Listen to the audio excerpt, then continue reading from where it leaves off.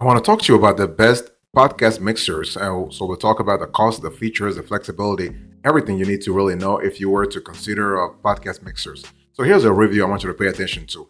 First of all, I want to talk about the best. The thing is that when you think about mixers, you need to understand it's all about audio quality, but also the quality has to be in sync with what your audience is looking for. You don't need a mixer to podcast, but there are reasons to want one.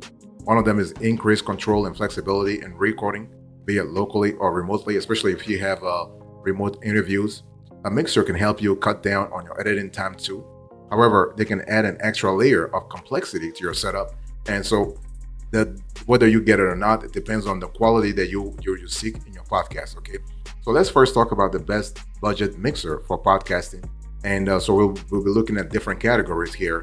And first of all, let's talk about the best mid-range mixer for podcasting. You first have the Zoom PodTrack P4. This will set you back $150. You can see on the screen here the Zoom the podcast P4. And the cool thing we love about this podcast mixer is that you can do practically everything a mixer can do, but in a much more flexible package. The PodTrack P4 is technically a handheld podcast recorder. Despite that, it does replace the mixer, doing the same things in a more straightforward and accessible way. The device can actually take 4 XLR mics as input, so you can cater to a decent sized group. And there is individual volume control over every channel, so this is really good. Even better, there are headphones outputs from all 4 with individual volume control on each. So this is more than what you can get on other mixers do. And then you have the Mackie Mix 8. So this will set you back $98. You can see this on the screen here. So Mackie are actually a famous audio equipment company renowned for their quality. And this compact mixer is also available as the Mix 5 and or the Mix 12. So Mackie also offers the podcaster focused DLZ creator unit, which I will cover pretty soon. Then you also have the Maono caster. This will set you back $120. You can see this on the screen here. And so this is the other podcaster focused interface in this category. So it's really great in terms of if you want the flexibility in your podcasting journey, you want to think about the Maono caster. By the way, boss, welcome back to the show. It's really a pleasure to have you here. Make yourself comfortable. You are going to enjoy today's conversation.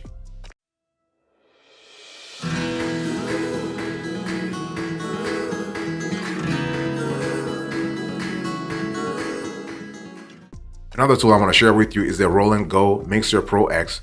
This will set you back $120. You can see this on the screen here, and really fantastic. This is a palm-sized audio mixer for mobile devices. It is actually marketed towards the folks who make music videos, web shows, podcasts, or live streams with a phone or tablet. So the name is also in full caps, so flex move, fantastic. You have the Behringer Xenix 1204. This will set you back about $190. In some cases, you can pay $250. You can see on the screen here, this is how it looks like. And falling very much into the traditional mixer aesthetic of functionality over slickness, this is still a highly recommended and a very popular podcast mixer. And a lot of Behringer's more budget kit has questionable sound, but this one holds its own in its category. So the cool thing is it even has the USB capabilities, which is not so common in more traditional musician-focused mixers. Then you also have the Yamaha MG10XU. This is it's a little more expensive. It will set you back $265. You can see on the screen here, this is how it looks like. But all Yamaha's products are of the highest quality anyway, though. So this classic Yamaha mixer was actually a constant presence in a lot of like the studios of a lot of very famous podcasters, including Gary Vee on YouTube over several years. And so this is kind of cool. And the MG10XU is the USB model. The MG10X has built-in effects.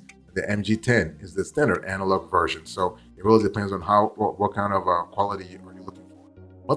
One thing you need to pay attention to is that you have to ask yourself, how far do you want to take your show, right? Because I just showed you the best mid-range mixer for podcasting. Next, I will show you the best pro-level podcast mixer, and then you can make a choice as to how far you want to go in terms of pricing, because obviously there is a strong correlation between price and quality of the mixer. Also, I want to quickly remind you of today's topic. We are having a conversation about the best podcast mixers that you can actually consider today.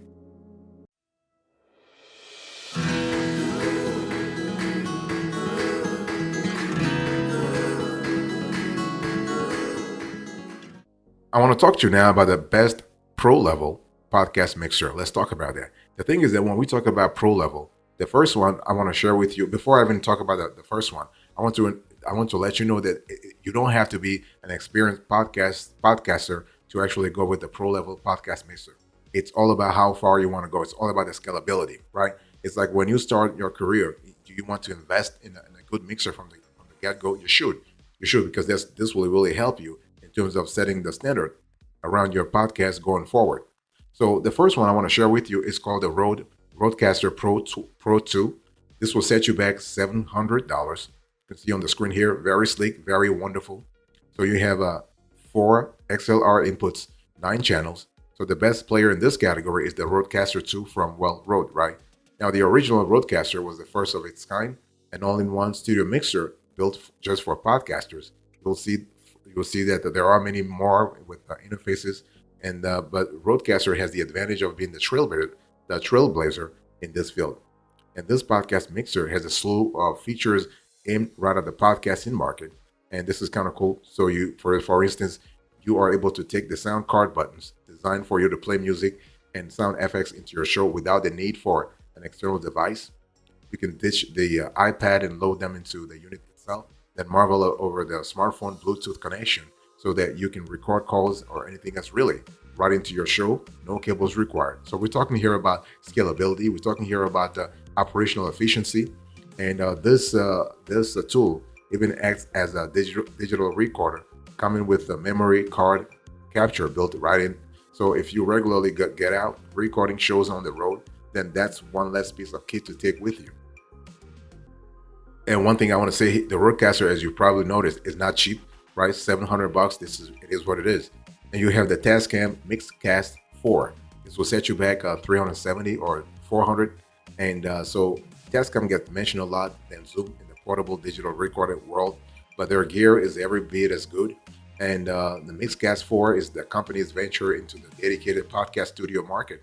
Great option for folks eyeing up the Rodecaster or Mackie DLZ, but looking to fork out a lot less cash.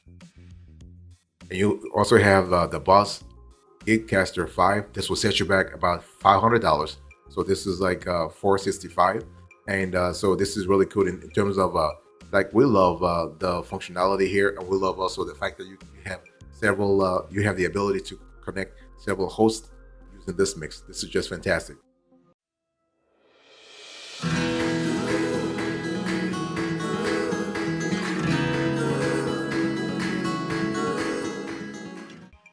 You also have the Rodecaster Duo. This is a lot cheaper than the first one, so this will set you back $500. So this is, if you can't afford the Rodecaster Pro 2, you can go with the Rodecaster actually Duo, and it's also not it's really really great. And Rode's flagship podcast recorder may be the Rodecaster 2, but even they acknowledge that few podcasters need four mic inputs. With that in mind, the Rodecaster Duo gives you almost everything the Rodecaster 2 does, but with half the mics. No, this doesn't have the price, but it knocks a couple of hundreds of it at least. So this is really good. You also have the Mackie DLZ. This will set you back $820. You see this on the screen here. And so this is kind of cool. And this is a great device, but it really outprices even the Rodecaster 2. And you can pick it up. You can really pick it up if you have a long-term strategy for your podcast. It's one of those things where you have to really, this is the type of mixer that you want to really pick up if you have an established organization already. Let's say you have a company podcast, or you have a well-established podcast with a large following, and you're trying to really scale your game. Then this DLC will really help you out. It has all kinds of capabilities. You have 4 XLR inputs. You have 12 channels. Can you imagine 12 channels?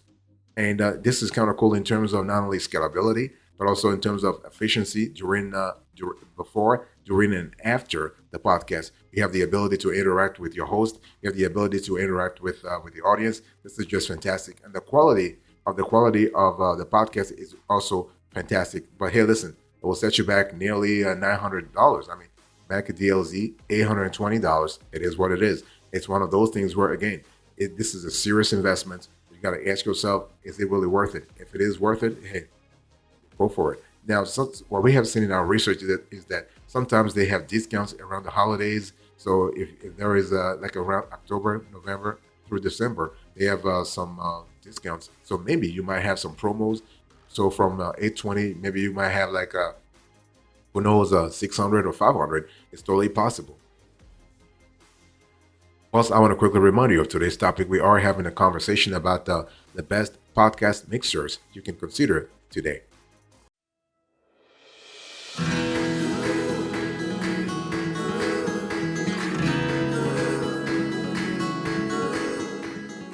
So I'll talk to you about the best budget mixer for podcasting, the best mid-range mixer for podcasting, and the best pro level podcast mixer. So I want to first remind you, when we talk about the best budget mixer for podcasting, you have a lot, okay? But it's one of those things where you want to make sure that you pay for quality. Pay for quality. But the question that I want to talk about here is that, do you need a mixer for podcasting? Is it just a luxury or what? Now that we have to look at the best mixers for podcasting, you need to run out and spend your hard and earned cash on one. The answer is no. But the thing is that a mixer will improve your audio quality. The preamps will be nicer and will really help your microphone shine. But if you have a decent microphone already, there's no need to actually, get a mixer. It's one of those things where you got to ask yourself, it's how high you want the quality to be, how good you want the quality to be. And audio engineers buy mixers for the sheer audio quality, but podcasters buy mixers for the options and the control that they offer, as well as the efficiency they can bring to your recording workflow. And so what are the main reasons to buy a podcast mixers? Podcast mixers. So you have the ability to use other pro kit. So if you want to use professional quality microphones that work with XLR or other pro type cabling, then to get the best out of them, you are going to need a mixer or audio interface. It is possible to get XLR USB converters, but they won't take as much advantage of the quality of your mic. You have multi-channel control. So having control over the individual channels of your audio is one of the simplest but biggest enhancements that a mixer brings into your life. So in your early days, you'll be recording everything on one channel. That means loud people are loud and quiet people are quiet. With a podcast mixer, you can actually turn up those quiet folks and turn down those shouters. Plus, you can record them on different channels and have much more power in post-production. Let me drink some water here. Thank you. So you also have an inline enhancement. So inline enhancements work hand in hand with the multi-channel capability and are great for improving your sound. They can also save you a whole lot of time in post-production. So the ability to use a low cut or high cut filter, equalization, and gain on every channel individually is brilliant. Plus, some podcast mixers have compression and limiters.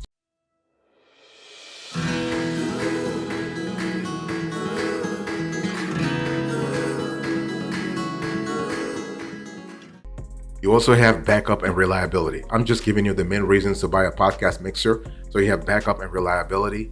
And when we talk about backup and reliability, unlike computers, podcast mixers don't crash. And it's really, really great. You can cut out the computer component altogether, reducing noise and flakiness. And you can actually record it using software. And with a mixer as a backup recording, sending a second output to the digital recording.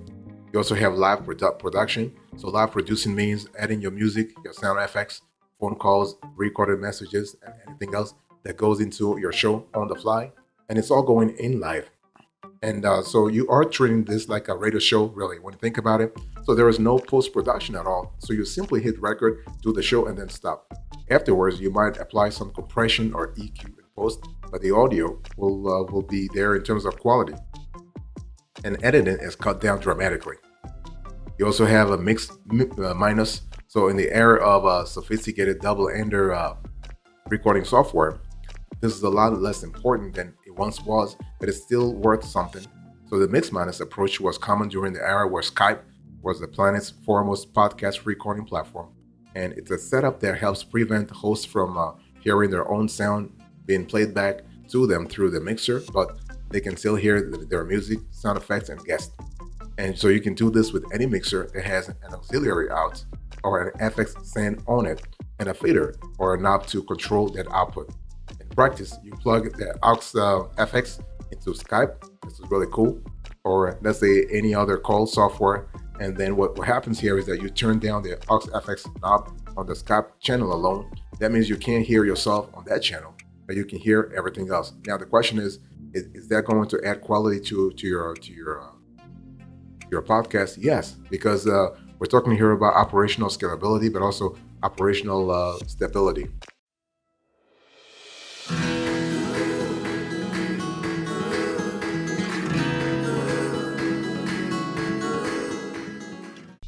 Let's talk about what to look for when buying a podcast mixer. So you want to pay attention to a few things to make sure you are making the right decision. So the first thing you want to do here is you want to look at the number of outputs, the number of inputs rather, and channels. So you want to you can look at whether you have 4 channels, 6 channels, 8 channels. So you want to look at your own microphone, a local co-host microphone, music and FX via iPad, software input for remote calls. So number of inputs and channels. You want to look at control tabs, faders, or knobs. So more often than not, cheaper mixers use knobs all over the board. Knobs are fine for those adjustments that don't tend to change during the recording, such as pan, EQ, or gain. But for your main volume control, faders can be an advantage. A fader is a slider instead of a knob. You can see faders at the bottom on really. If you really look into your mixer, you will see fader. And faders actually offer more fine control than a knob. But also need to think about advanced inline processing features. So if you want to have fine control over your sound, reducing post-production, then you may be looking for extra inline features. The minimum you would generally expect are equalization or EQ, gain control, and possibly a low-cut filter. Beyond that, some podcasting mixers may have compression or limiter options, but don't write it off. It's really one of those things where you have to see what really works for you. So think about podcast mixer alternatives. So maybe the features and functions of mixers are attractive to you, but you don't like the look of them, don't have the room for one, or even simply cannot afford one. So what are some podcast mixer alternatives? Well, if you're looking to run online convos with remote guest or a co-host, then software like Squadcast or Riverside might be the best answer for you. They can do pretty much anything a mixer can do and more in a much simpler way, and don't demand a big space on your desk. Or you might still want a tangible piece of equipment, but something a lot sleeker or less cluttered than your average mixer. If that's the case, just go with a USB audio interface. That could be really helpful to you. So the best podcast mixer for your budget, it really depends on your budget, of course. Okay, whether you are at a podcasting mixer stage or not, it's always fun to look. There's just something about all these dials and the buttons, and those same dials are the danger though. Don't jump in too early. There's nothing worse than complicating your recording process before you are ready. That's what I said earlier. You got to have the following. You got to have the process in place. You got to have the foundation. You might have the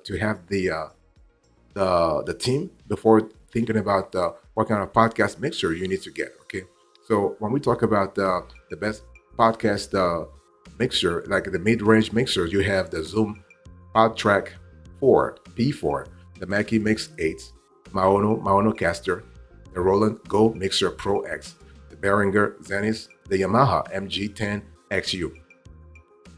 What about the best pro level podcast mixer? You have the Rode Rodecaster Pro 2, the Tascam Miscast, the Boss Gigcaster, the Rode Rodecaster Duo, and the Mackie DLZ.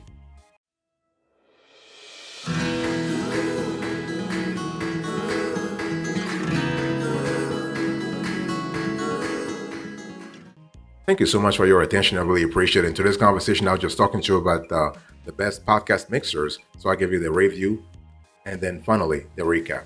Thank you so much. God bless you. I'll see you next time. Until then, remember, stay marvelous.